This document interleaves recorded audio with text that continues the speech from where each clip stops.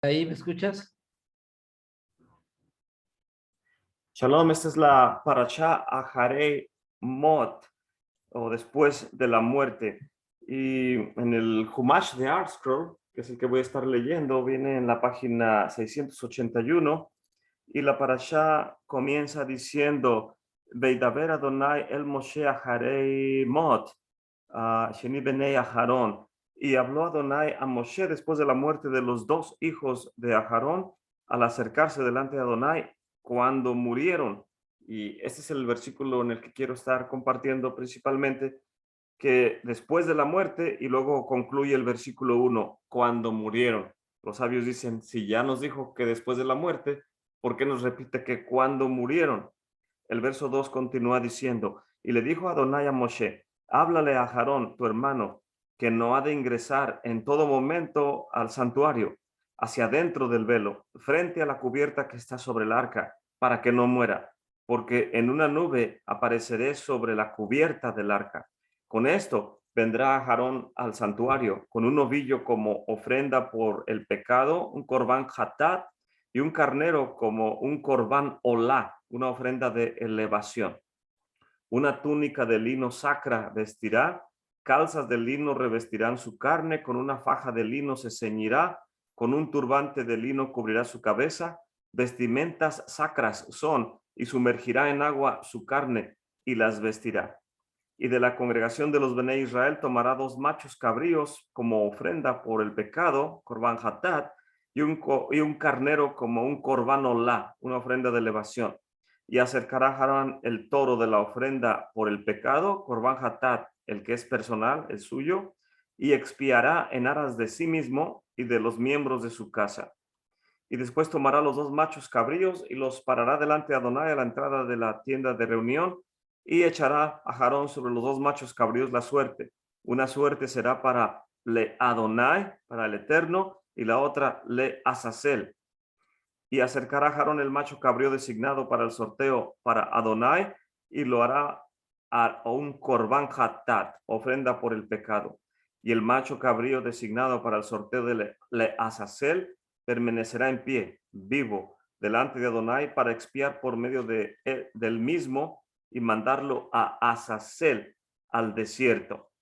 Pues toda esta es la narrativa que nos introduce en la Parashá. Y el comentario de ArtScroll dice lo siguiente: la muerte de los hijos de Aharón y el servicio de Yom Kippur. La Torá introduce el servicio de Yom Kippur diciendo que el Eterno habló a Moshe después de la muerte de los dos hijos de Aharón, Nadab y Abihu, lo que implica que existe cierto nexo entre esa tragedia y el servicio de Yom Kippur. Además, este versículo añade otra dimensión a la causa de su muerte, afirmando que murieron al acercarse delante del Eterno, elemento que había sido omitido de la narrativa en el capítulo 10, verso 1 y 2, donde se había mencionado solamente su pecado de ofrendar un incienso o fuego sin que se les hubiera ordenado hacerlo.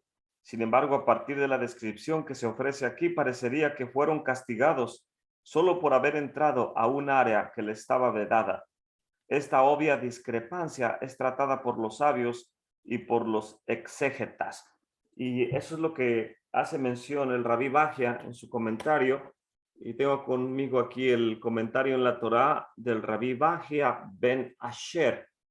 Y voy a leer un poco de lo que dice el Rabí Bajia acerca de la muerte. Dice, básicamente, si mal no recuerdo, los rabís explican que los hijos de Aharón ya se había emitido un decreto de muerte contra ellos desde el tiempo del becerro de oro. Entonces, de hecho, ya habían muerto por decreto divino desde el tiempo del becerro de oro, pero su muerte no se manifestó hasta el capítulo 10, cuando entraron al santuario y literalmente dicen los sabios que fuego descendió del cielo, y ahí fue literalmente la muerte de los hijos de Aharón. Pero lo que ellos están explicando también es acerca de que ya se había emitido el decreto de muerte anteriormente. Voy a ver si veo aquí el versículo.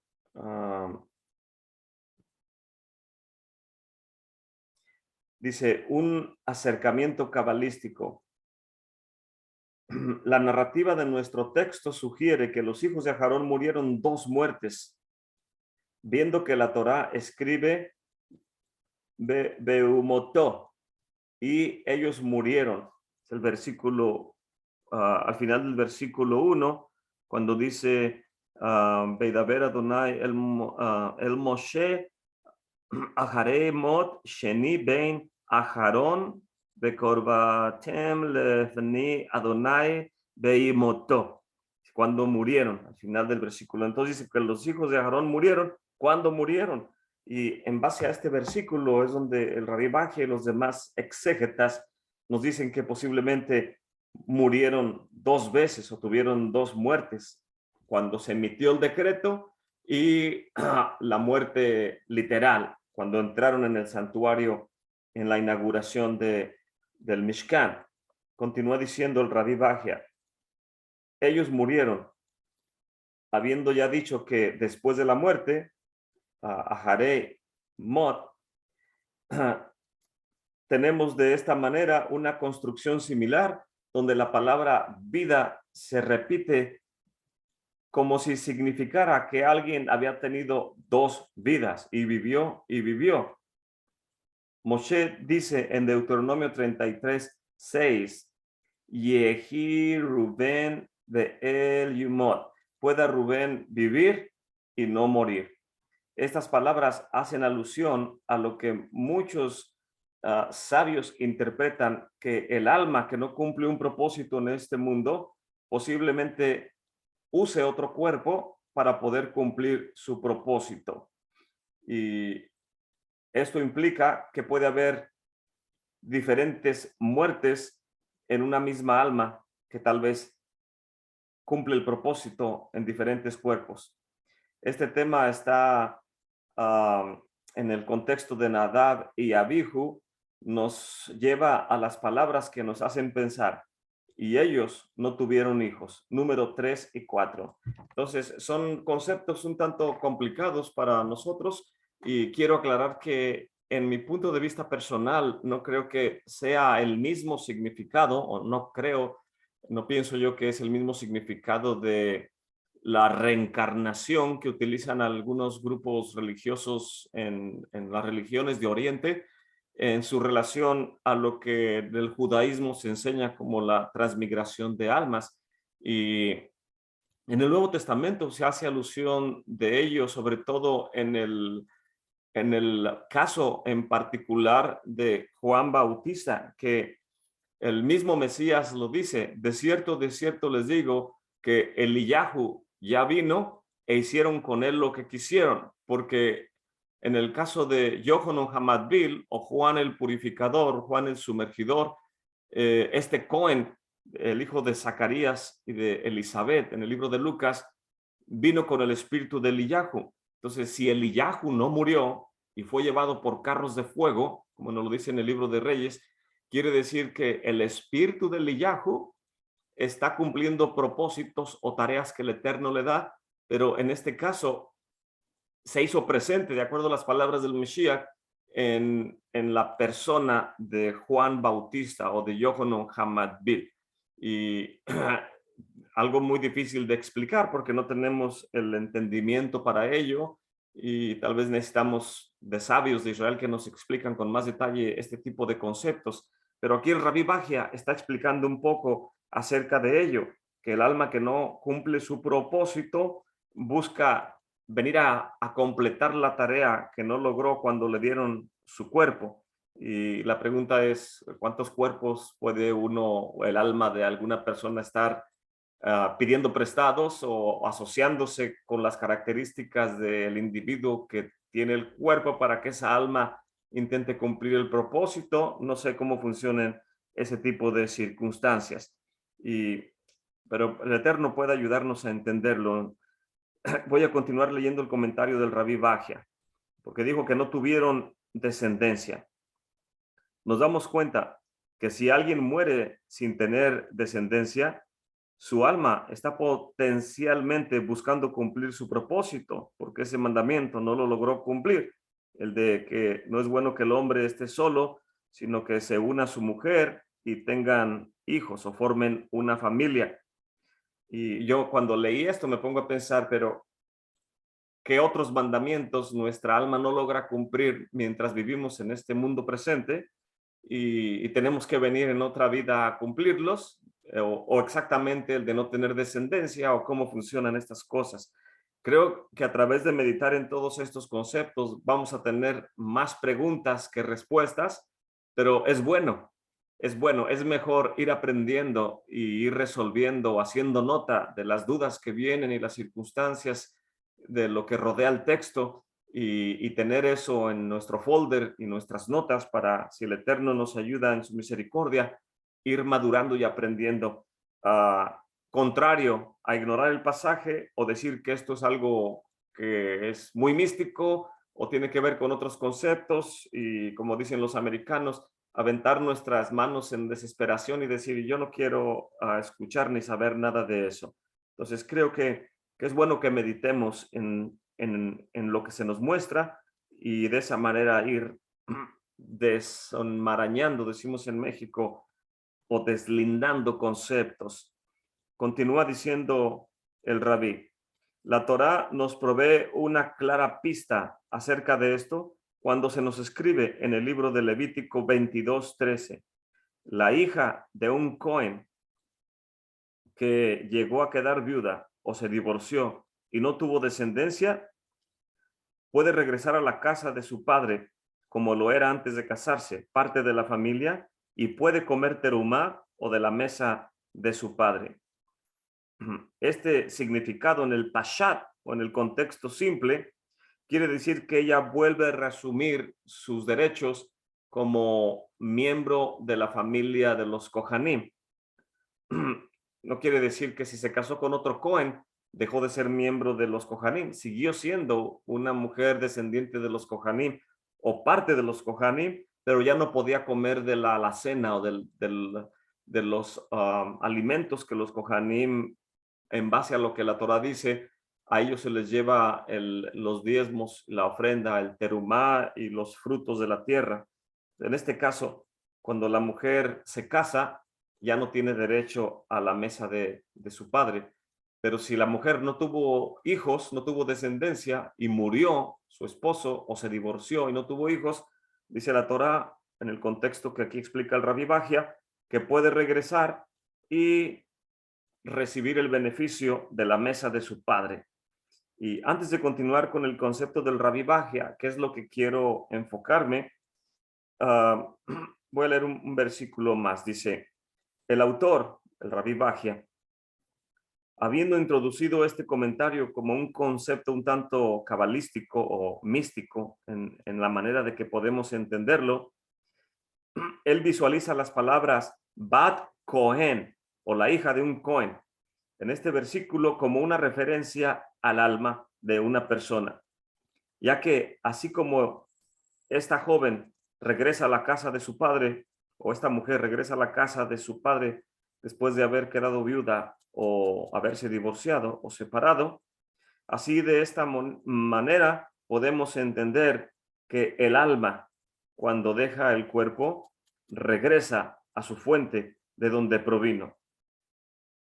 El significado de estas palabras, que si ella llegó a estar viuda, significa que se quedó el alma sin su cuerpo en este contexto.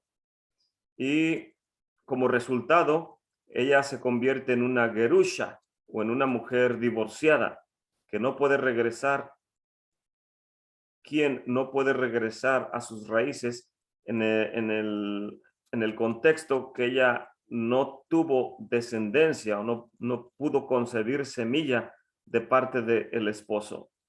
Si ella hubiera tenido semilla o descendencia con su esposo, no estaría totalmente divorciada del esposo. El Rabí Bajia se refiere exclusivamente en el concepto más espiritual a el alma que no tuvo frutos o que no cumplió su propósito en este mundo, tiene que volver al lugar de su origen.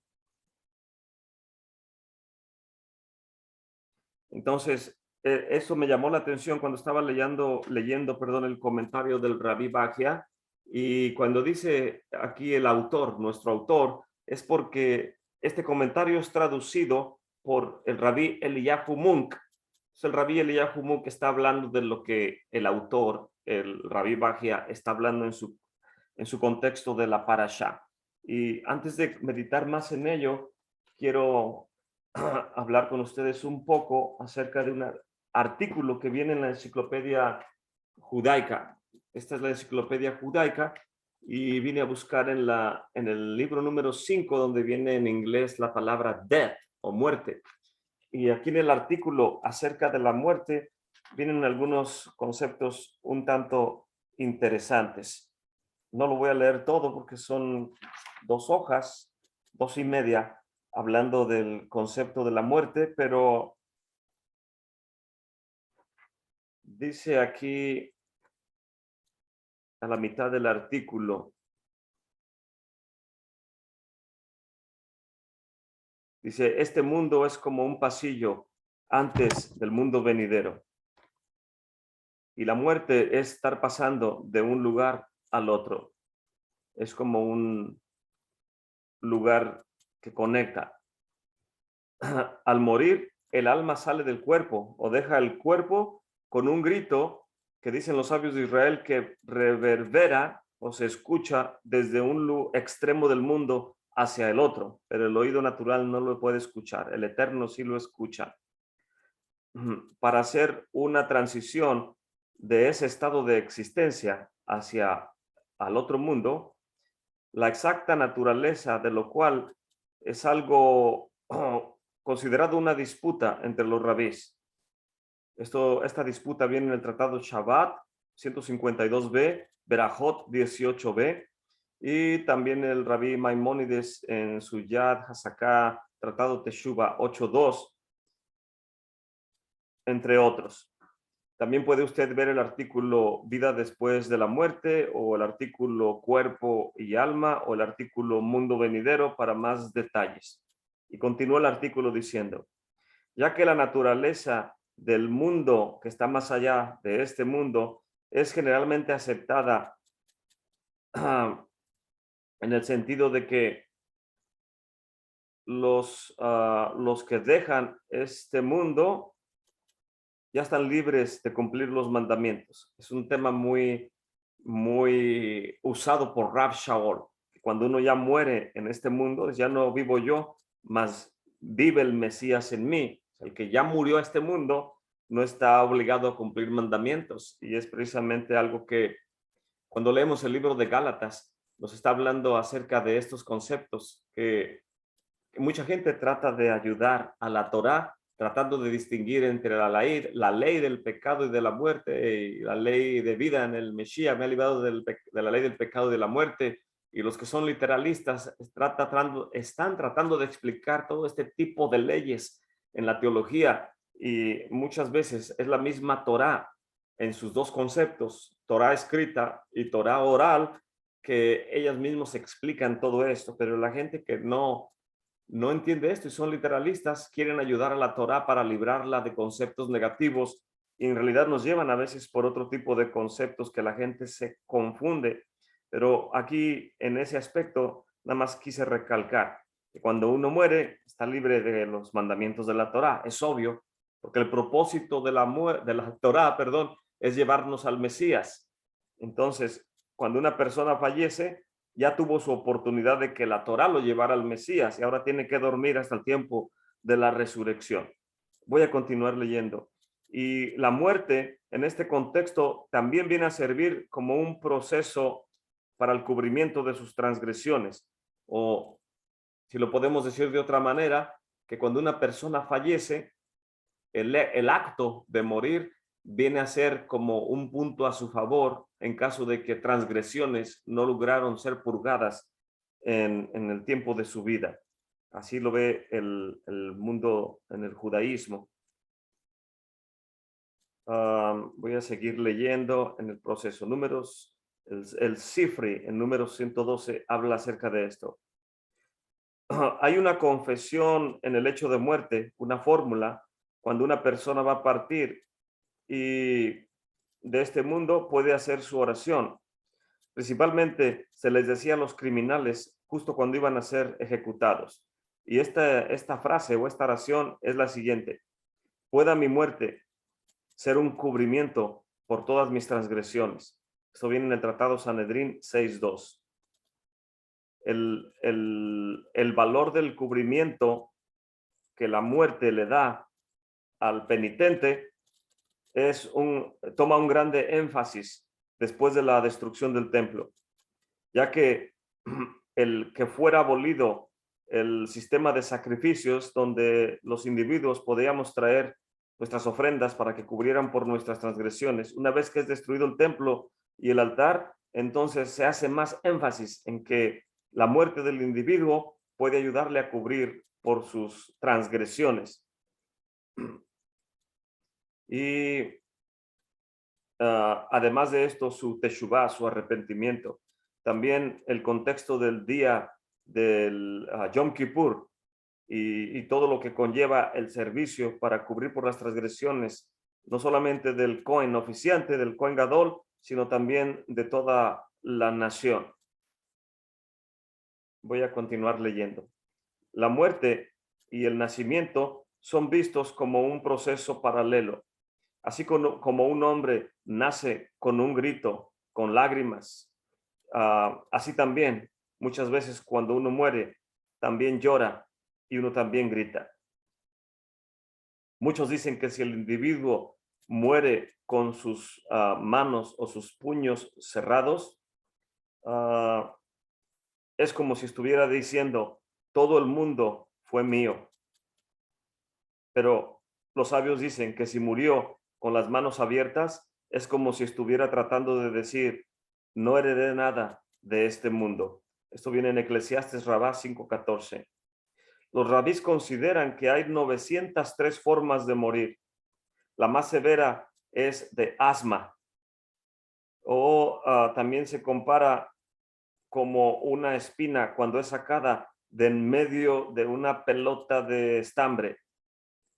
La forma más ligera de morir es lo que se le llama el beso de la muerte. Y esta muerte se dice que está reservada para los justos, la cual es como cuando un cabello cae en un recipiente con leche y usted extrae el cabello, parece que suavemente deja el líquido. Así, los justos, cuando salen de este mundo, hacen su transición y se le llama el beso de la muerte. La manera también en como una persona muere, y el día en que la persona muere, se cree que son muy significativos, como algo bueno o algo malo para la persona que falleció. Por lo tanto, por ejemplo, si una persona murió en medio de un lugar donde había gente alegre, o el viernes por la noche al iniciar el Shabbat, se cree que es una buena señal. Mientras que por el contrario, si la persona falleció en medio de gente que estaba llorando, gritando, lamentándose, o al final del Shabbat, se cree que es algo no muy propicio. Esto viene en el tratado Ketubá 103b. Cuando una persona muere de alguna enfermedad del estómago, es considerado una buena señal. Erubim 41b. No hay duda de esto, porque esa persona seguramente sufrió durante el proceso antes de morir. Y los sabios dicen que el sufrimiento del individuo cubre por sus iniquidades, especialmente ahora que no hay templo. Por lo tanto, también se dice que la manera en como el justo muere, y si ese justo tuvo enfermedad en su estómago, el tratado Shabbat 118b habla acerca de esto. Significa que fue una oportunidad para que cualquier transgresión que hubiera acumulado pueda ser purgada antes de que entre en el mundo que está fuera de este mundo. Sin embargo, lo que se dice acerca, sin embargo, más algunos se preguntan, ¿no se supone que los justos mueren con el beso de la muerte? Entonces, ¿por qué decimos que hay justos que pueden morir de enfermedades del estómago? una descripción del proceso de muerte relacionado con el hombre cuando muere, si ve o no ve al ángel de la muerte. Y quienes dicen que este ángel de la muerte, todo su cuerpo está cubierto de ojos. Y cuando leí esto me recordé de esa perturbadora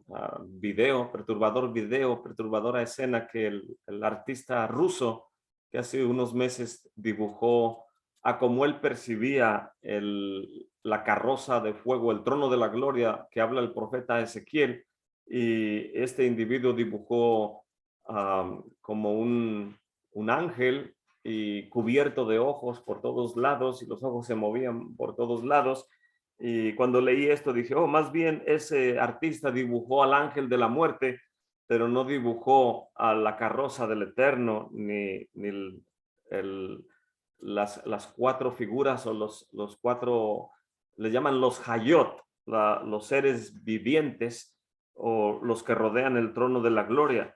Pero es interesante que aquí los sabios de Israel dicen que el ángel de la muerte está cubierto por todos lados con ojos y está encima de la almohada con la espada desenvainada, esperando llevarse a la persona que está en la cama. Los sabios dicen que si la persona murió con la boca abierta, quiere decir que el ángel de la muerte lo estuvo amenazando y al final de la punta de su espada dejó caer una gota de bilis o una sustancia muy amarga, como si fuera una gota de la bilis.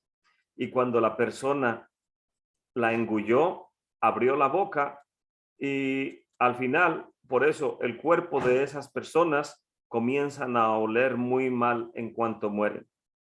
Si en el momento de la muerte el hombre justo tiene una visión de la Shekinah, su muerte es diferente a cuando uno parte de este mundo y ve al ángel de la muerte. De acuerdo con la necesidad de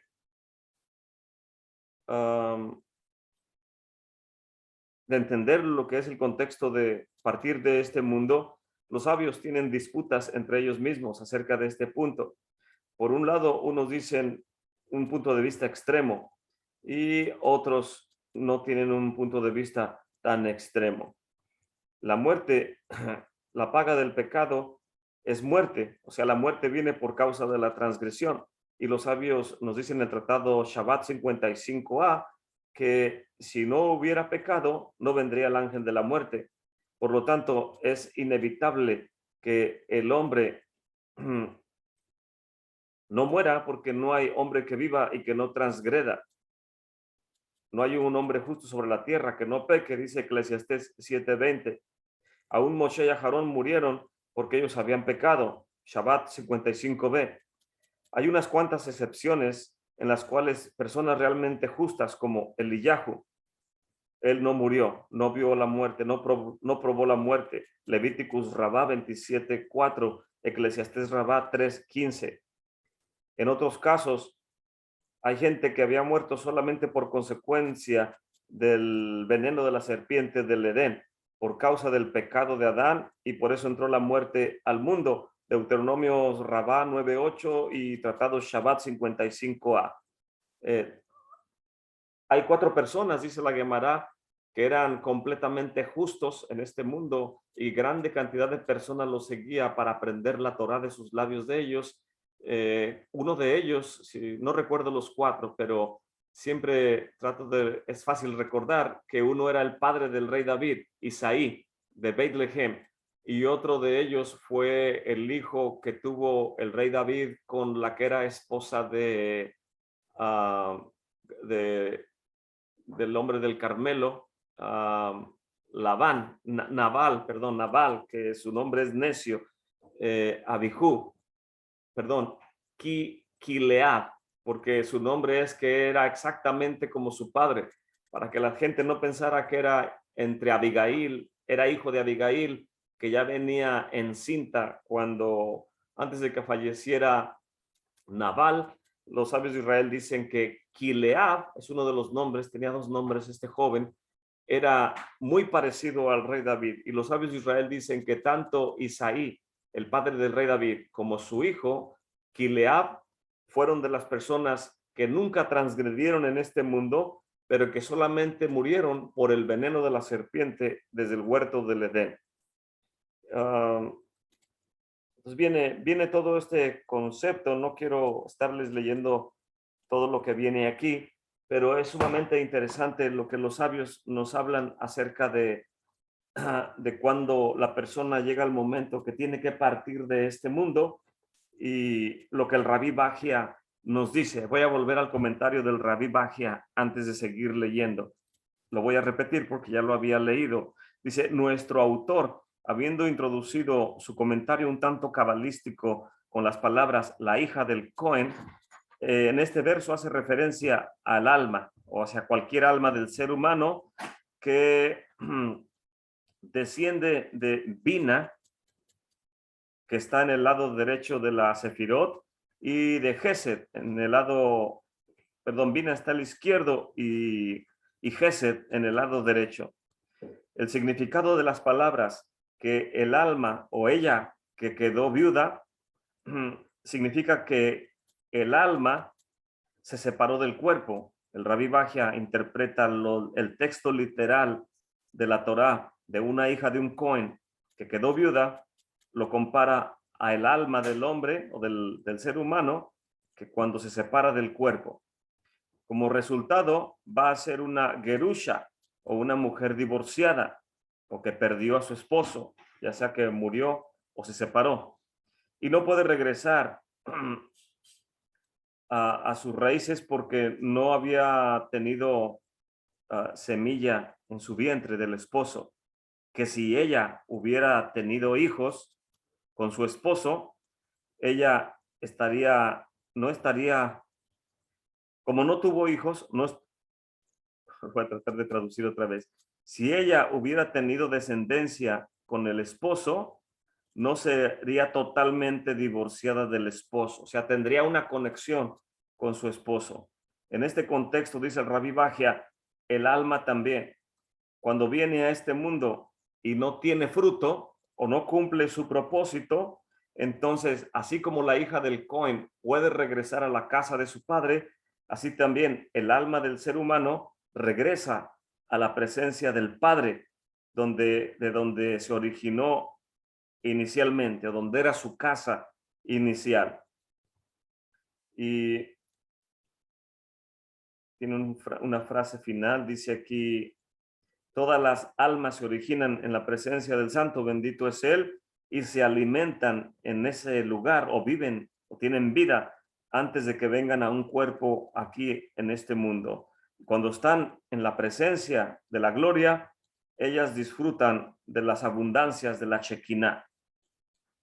Entonces, eso es lo que se me hizo sumamente interesante. Y sabemos que cuando viene la festividad de Rosh Hashanah, también se le llama Yom Teruah, también se le llama Yom Hadin, o el día del juicio, y es en el periodo, es el Yom Hadin o el día del juicio mayor, y no termina hasta Yom Kippur, que es el día del juicio menor, pero es todo el periodo de que el Eterno se sienta en el trono a enjuiciar a todas las almas de este mundo. En Yom Kippur se decreta quién vive y quién muere, quién es rico, quién es pobre, quién va a estar enfermo, quién va a estar sano, qué país va a tener guerra, qué país va a tener paz. Todo esto, pero es algo que el Eterno puede decretar en base a la conducta de todos los individuos, ya sea conducta personal individual, conducta familiar,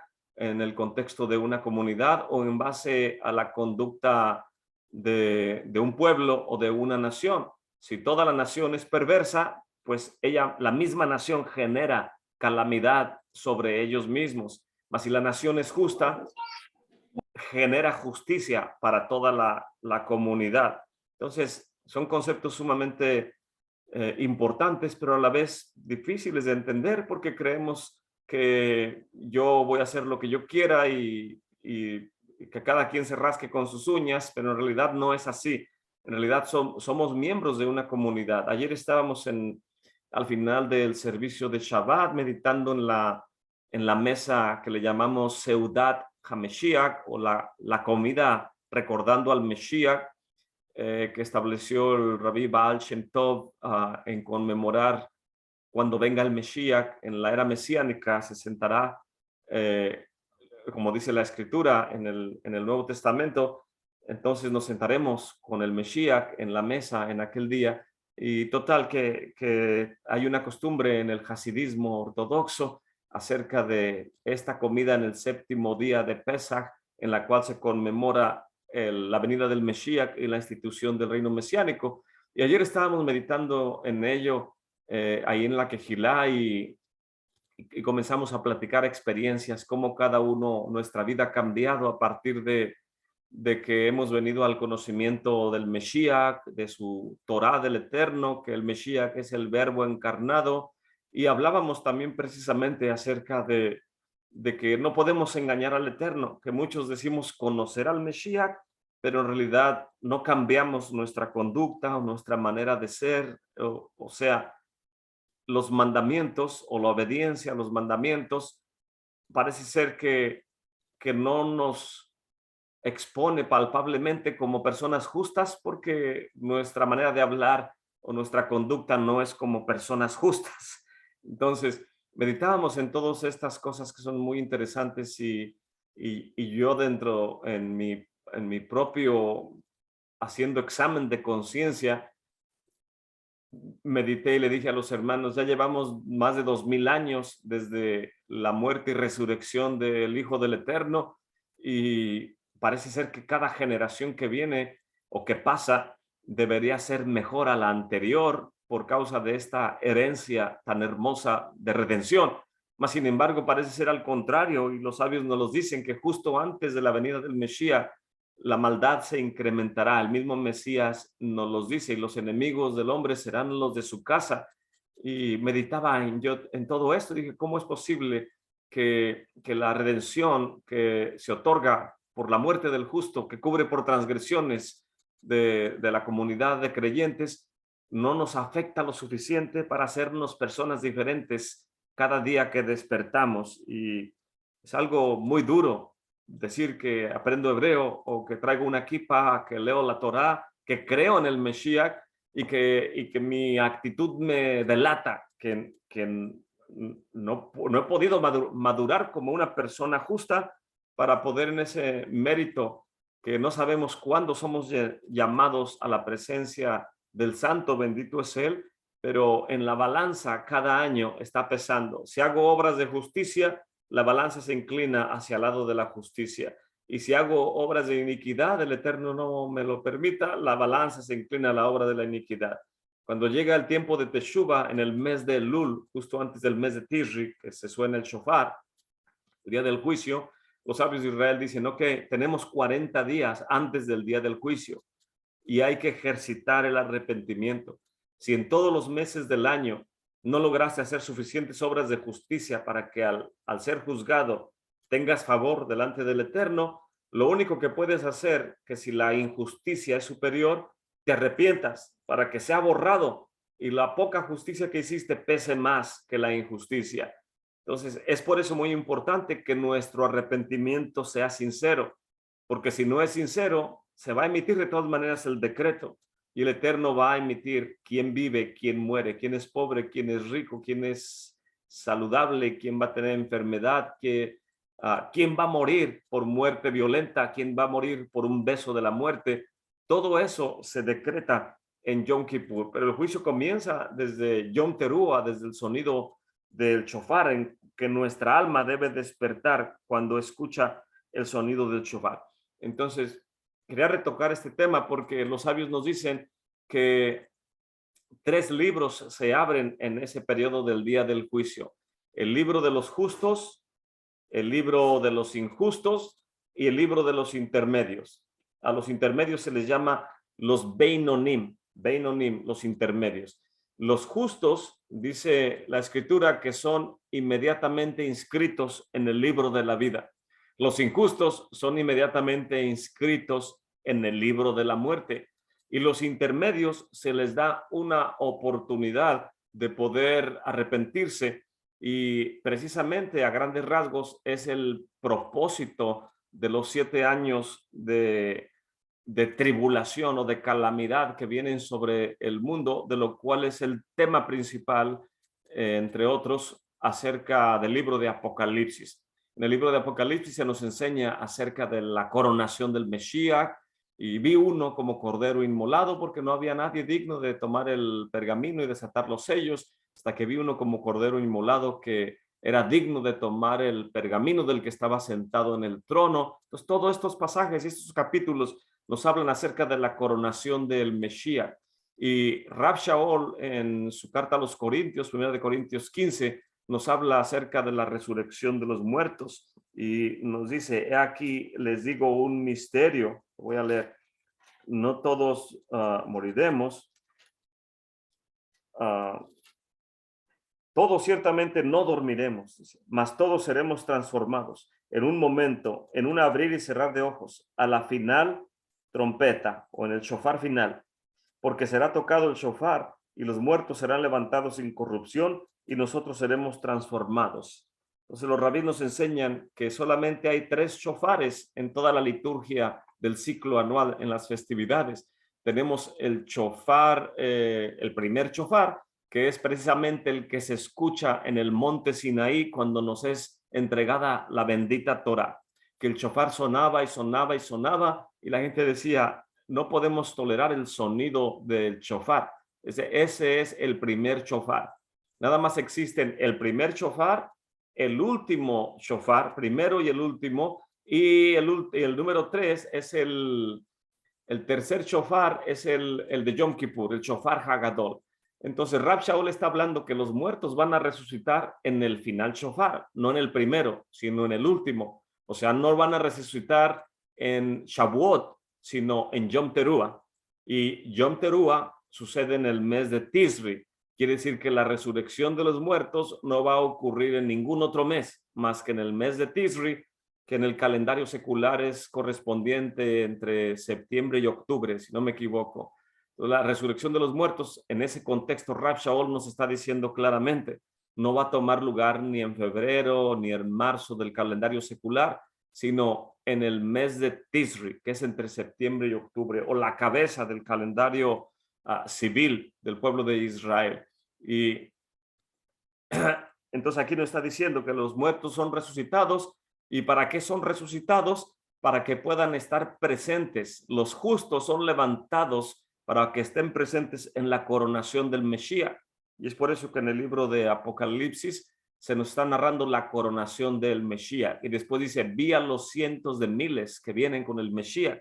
O sea, todos los que son resucitados vienen con el Mesías, porque en una boda judía primero se hace el festín o la celebración, donde el padre le dijo al hijo: ve a preparar lugar para tu esposa, y van y celebran por un periodo de 7, y después de ahí es costumbre que vayan y continúen la celebración otro periodo de 7, otra Shavuot, en la casa de la novia. Entonces, por eso que desciende el Mesías con los miles de millares, porque vienen a celebrar, y es cuando se celebra no solamente Yom Kippur, la segunda venida, sino Sukkot, que son las bodas del Cordero. Pero no es el inicio, es el final, la celebración en casa de la novia o de la esposa. Y todo este contexto es sumamente interesante, porque después de la muerte de los hijos de Aarón, significa que lo que dice el Rabbi Bajia en su disertación, que puede haber, que ya se había emitido el decreto de muerte desde que tuvo lugar el asunto del becerro de oro, pero la muerte misma no había tomado el lugar final, sino hasta cuando cometieron otra transgresión, entrando al santuario y actuando a su propio juicio de ellos y no obedeciendo los mandamientos de la Torá.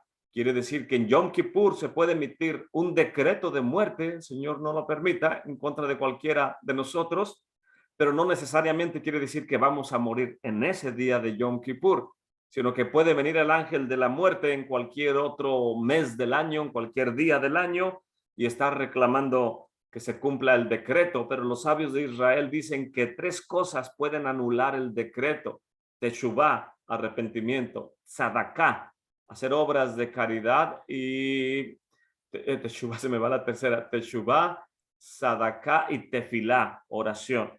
Si uno se le pone la piel de punta porque siente una presencia cuando uno se va a acostar, ¿qué puede hacer uno? Hacer tefilá, hacer oración delante del Eterno y comprometerse a hacer sadaká y ayudar a algunas otras personas y sobre todo hacer teshuvá y arrepentirnos de toda acción injusta que hayamos hecho. Y el ángel de la muerte, cuando ve uno que es eso, puede ser quitado de nuestra cabecera, pero eso ya depende de cada individuo. ¿Quién quiere vivir? ¿Quién quiere morir? Y aprendemos en esta parashá a Haremot acerca de estos conceptos que son un tanto complicados, no es muy fácil de entender. Y en este contexto quiero leer un poco acerca de, tengo este libro conmigo que se llama 100 amot o 100 cúbitos de altura. Y solo la portada me llamó la atención cuando lo vi por la escalera que va hacia el cielo y dice, restaurando la grandeza del ser humano, del Rabí Abraham Tabor. En el índice dice, tiene diferentes temas en los capítulos. Es sobre todo tefilá, oración. Dice tefilá, el fundamento de la grandeza. Un cuerpo o un alma de oración. 6 grandes preguntas.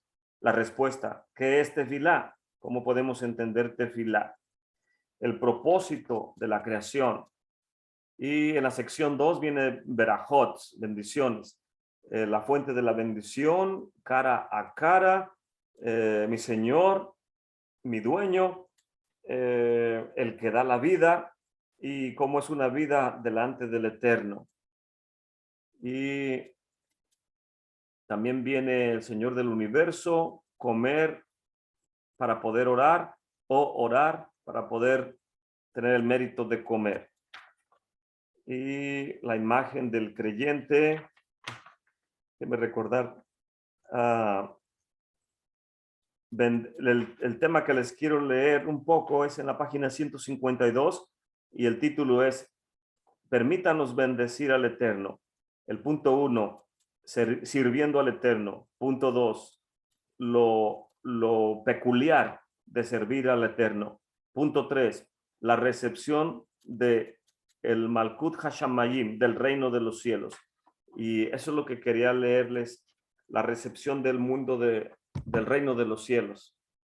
Dice el Rabí, como ya mencionamos anteriormente, nos referimos al Eterno como el Melech, como el Rey. Esto significa que todo ser humano con agrado debe de aceptarlo a Él como su Rey. Nuestros sabios se refieren a la disposición de aceptar al Eterno como nuestro Rey, como el Kabbalat Ol Malkut Hashamayim, o la aceptación de la soberanía del Eterno en nuestra vida. ¿Cuál es el significado acerca de esta aceptación? El rabí Yehuram Lebovitz, quien era un mashgiach de el Mir, o no sé si significa un estudiante de Rabí Mir, explica lo siguiente. Cada ser humano fue creado con una voluntad para poder escoger qué es lo que quiere hacer en la vida. Y tiene que decidir si quiere guardar, la Torá y los mandamientos, o va a ir en contra de la Torá y de los mandamientos. Y si obedece los mandamientos, no significa que inmediatamente se le va a dar una charola dorada, o que si no los obedece, le va a caer un relámpago del cielo por causa de haber transgredido los mandamientos. El más alto nivel de la recepción de la soberanía del reino de los cielos sobre nuestra vida es que nosotros sometamos nuestra voluntad para poder hacer no lo que queremos, sino lo que el Eterno espera que hagamos en esta vida. Así como uno como si uno no tuviera otra decisión que hacer, sino agradar a nuestro Padre que está en el cielo. Voy a continuar más adelante. Para aceptar al Eterno como nuestro Rey, significa que siempre debo estar dispuesto para hacer todo lo que Él me diga. Aunque yo crea que algo no es correcto de lo que Él me dice, o que yo tengo una mejor manera de hacerlo, o que yo lo interpreto diferente, tengo que hacerlo como Él me lo dice, porque he aceptado su yugo y su reino sobre mi vida. Todo lo que Él diga, tengo que hacerlo si es que Él es mi Rey. Cada vez que yo estoy dispuesto a someterme al señorío de Él, estoy demostrando mi apreciación, mi amor, sobre toda la bondad que Él me ha dado y por qué me creó para que yo venga a este mundo. Significa que yo quiero servir a mi Señor. La cúspide de este compromiso la alcanzamos en el monte Sinaí, cuando todo el pueblo de Israel se nos ofreció la Torá y todos contestamos, Naase Benishma, todo lo que está ahí haremos y escucharemos. Todos prometimos ahí que los mandamientos que el Eterno nos estaba dando, los íbamos a escuchar y que los íbamos a aplicar, aunque nuestro razonamiento no lo pudiera captar. Ese fue nuestro compromiso con el Creador del universo. Por lo cual, en el Sinaí, si nos estamos desposando con Él, tenemos que ser uno con Él y amar su Torá y amar servirle a Él. Y se me hizo un tanto interesante esta parte de ese capítulo, porque es básicamente lo que el Mesías ha venido a ayudarnos cuando descendió a este mundo, el justo por los injustos, para traer muchos hijos a la gloria. Y Rab Shaul nos habla en el libro de Romanos y en el libro de Gálatas, pero en el Romanos dice, porque hacer el bien no está en mí. ¿Quién me salvará de este cuerpo de muerte? Y el siguiente versículo dice, más gracias doy a Adonai por Yeshua HaMashiach, porque sé que con mi cuerpo sirvo al pecado, a la transgresión, pero hay en mí también el deseo de servirle y agradarle a Él, y veo que el mal está en mí.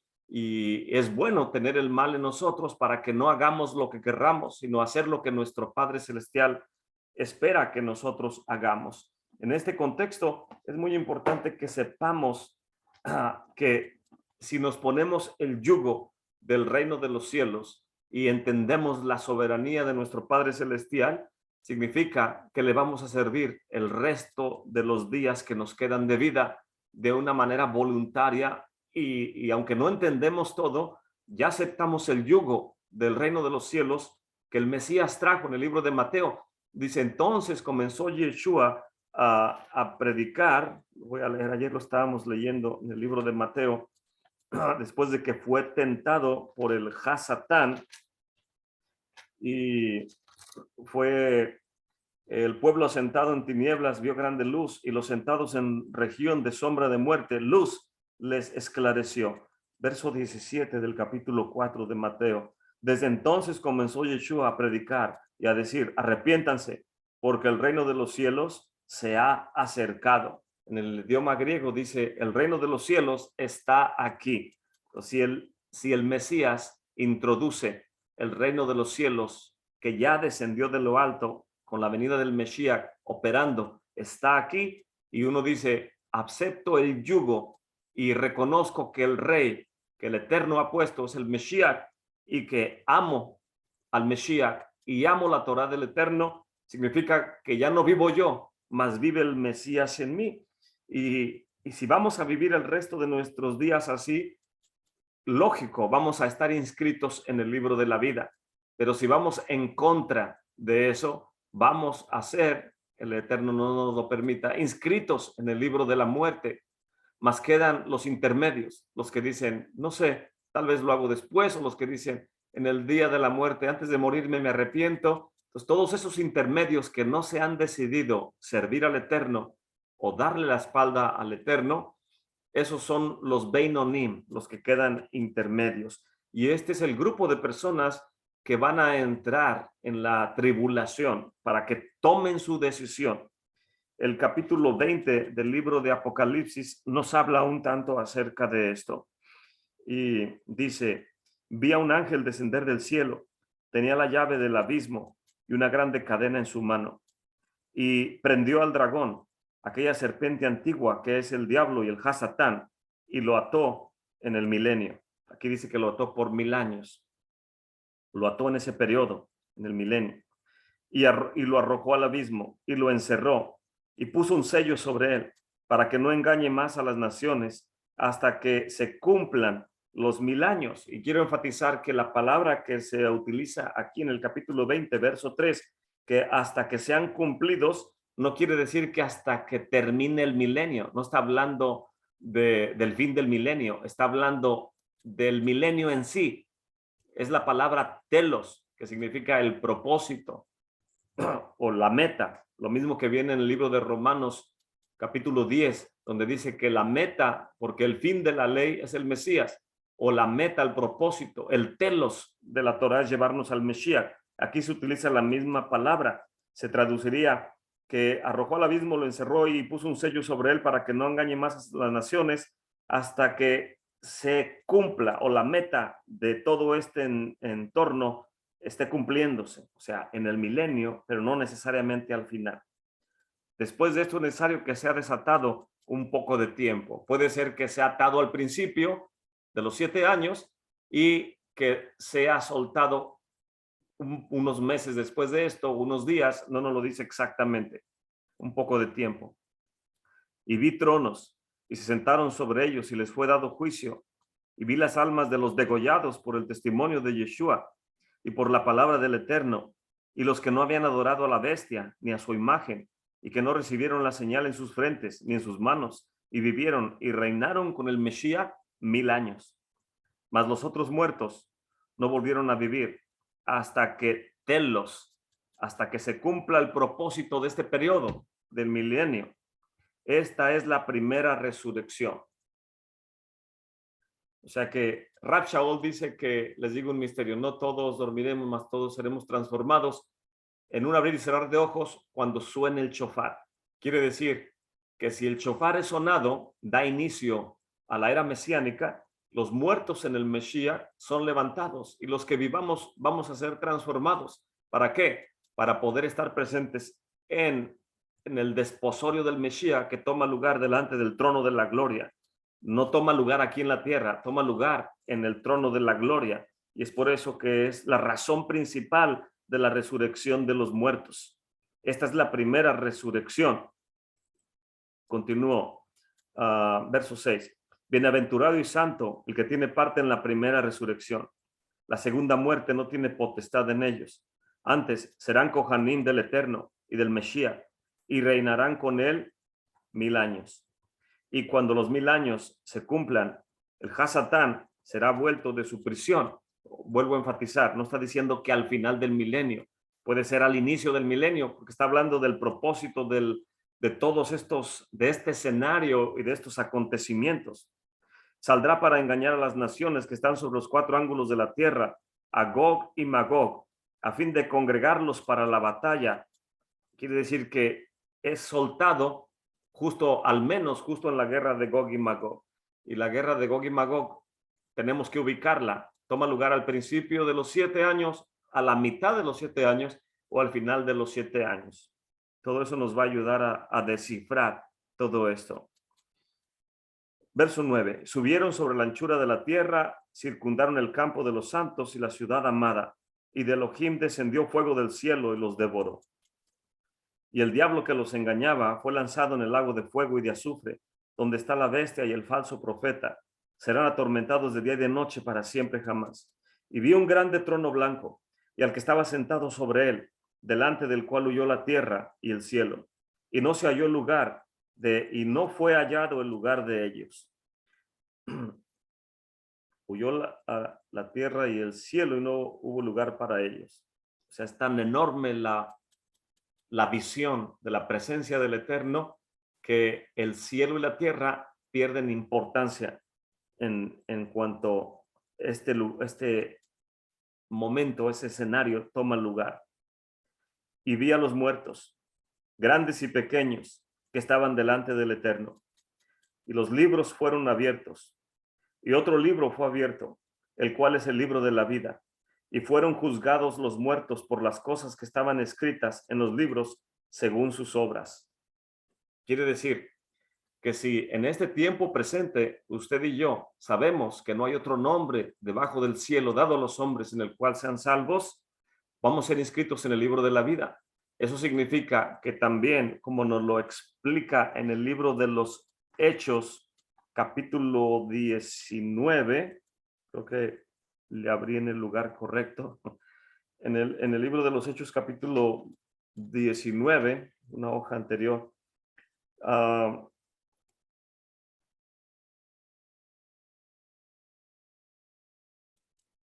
está hablando, quería tomar el ejemplo un poco de Apolos, que la escritura dice que Apolos, un varón justo, Apolos no se le había explicado o él no había escuchado acerca de la redención en el nombre del Mesías.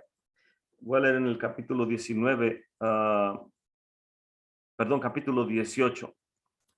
Y habiendo, verso 22, y habiendo llegado a Cesarea, subió a Jerusalén y después de saludar a la Quejilá descendió a Antioquía.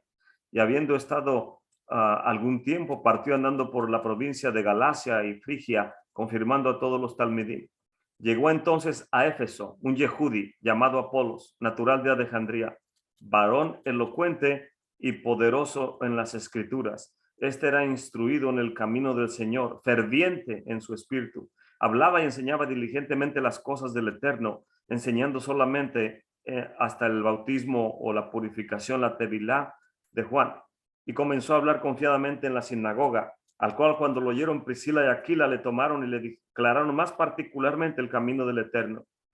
Quiere decir que Apolos era un varón justo, era elocuente y poderoso en las escrituras, ferviente en su ruaj y instruido en el camino del Eterno. O sea, alguien con esas características no es un alma que se va a perder porque no conoce que Yeshua es el Mesías, sino que esa alma, al ser resucitada, seguramente la balanza de justicia le va a dar favor para estar en el reino de los cielos.